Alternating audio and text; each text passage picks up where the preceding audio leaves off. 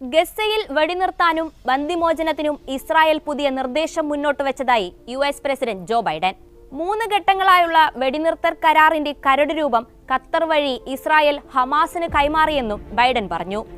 യുദ്ധം നിർത്താനുള്ള ഏറ്റവും മികച്ച നിർദ്ദേശമാണിതെന്നും ഇരുപക്ഷവും ഇത് അംഗീകരിക്കണമെന്നും ബൈഡൻ നിർദ്ദേശിച്ചു.